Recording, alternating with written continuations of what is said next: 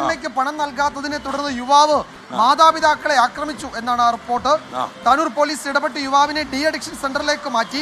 ലഹരി തന്റെ ജീവിതം നശിപ്പിച്ചെന്ന ഈ യുവാവ് തന്നെ വെളിപ്പെടുത്തുന്ന ദൃശ്യവും നമുക്ക് ലഭിച്ചിട്ടുണ്ട്.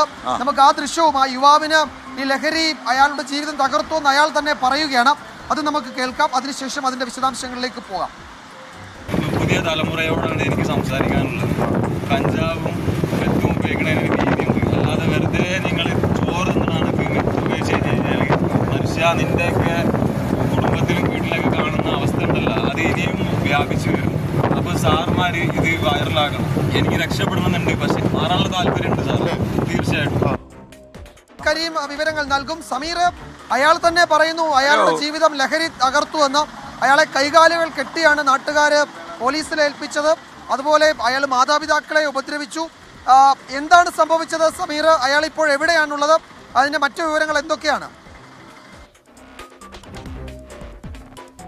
വിജയകുമാർ, ലഹരിക്ക് അടിമയായ യുവാവാണ് ഈ വീട്ടിൽ പരാക്രമം കാണിച്ചത് എന്നുള്ളതാണ്. ഈ താനൂർ പോലീസ് സ്റ്റേഷൻ പരിധിയിലാണ് ഈ സംഭവം നടക്കുന്നത്. യുവാവ് ഏതാനും കാലമായി ലഹരിക്ക് അടിമയാണ്. അങ്ങനെ കഴിഞ്ഞ ദിവസം യുവാവിന് ഈ ലഹരി മരുന്ന് വാങ്ങാൻ പണമില്ലാത്ത ഒരു അവസ്ഥയായി.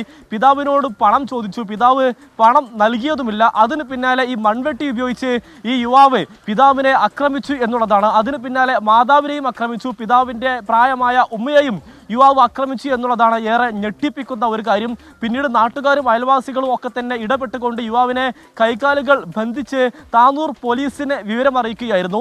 താനൂർ ഡിവൈഎസ്പി പ്രമോദിന്റെ നേതൃത്വത്തിലുള്ള പോലീസ് സംഘം ഉടൻ തന്നെ സംഭവ സ്ഥലത്തെത്തി യുവാവിന്റെ കൈകാലുകൾ ബന്ധിച്ചുകൊണ്ട് യുവാവിനെ വാഹനത്തിൽ കയറ്റി ഡി അഡിക്ഷൻ സെന്ററിലേക്ക് മാറ്റിയിരിക്കുകയാണ്. അങ്ങനെ ആ ഒരു സമയം ഈ താനൂരിലെ ട്രോമോ കെയർ വളണ്ടിയർ അബ്ബാസിന്റെ സഹായത്തോടു കൂടിയാണ് പോലീസ് ഇത്തരം ഒരു ഇടപെടൽ നടത്തിയിട്ടുള്ളത്. അങ്ങനെ ഈ യുവാവിനെ കൊണ്ടുപോകുന്ന സമയത്ത് യുവാവ് സംസാരിച്ചതിന്റെ ദൃശ്യമാണ് നമ്മൾ കണ്ടതായി. യുവാവ് പറയുന്നത് ലഹരി തന്നെ നശിപ്പിച്ചിരിക്കുകയാണ്, തൻ്റെ ജീവിതവും തൻ്റെ ഭാവിയും എല്ലാം തന്നെ തൻ്റെ കരിയറും എല്ലാം തന്നെ ലഹരി നശിപ്പിച്ചിരിക്കുകയാണ്. താൻ ഒരു കൊച്ചിയിൽ വർക്ക് ചെയ്യുന്ന സമയത്താണ് ഈ ലഹരി ആദ്യമായി താൻ ഉപയോഗിക്കുന്നത്. പിന്നീട് ഈ ലഹരിക്ക് താൻ ഒരു അഡിക്റ്റായി മാറുന്ന ഒരു സാഹചര്യം ഉണ്ടായി. അങ്ങനെ നിരന്തരമായി ലഹരി ഉപയോഗിച്ച് തൻ്റെ ജീവിതം നശിച്ചു പോയൊരവസ്ഥയാണ് നിലവിലുള്ളത്. തനിക്ക് ഈ നിലവിലെ ജനറേഷനോട് തനിക്ക് പറയാനുള്ളത് ഒരിക്കലും തന്നെ നിങ്ങൾ ലഹരി ഉപയോഗിക്കുന്നത് താൽക്കാലികമായ ഒരു രസം മാത്രമാണ് അതുകൊണ്ട് ഉണ്ടാവുക, അതുകൊണ്ട് നഷ്ടം മാത്രമാണ് നിങ്ങൾക്ക് ഉണ്ടാവുക എന്നുള്ളതാണ് ഈ യുവാവ് കൃത്യമായി തന്നെ വെളിപ്പെടുത്തുന്നത്. താൻ ഇനി ആരും തന്നെ ഇത്തരം ഒരു ചതിക്കുഴിയിലേക്ക് പോകരുത് എന്ന് യുവാവ് പറയുന്നു.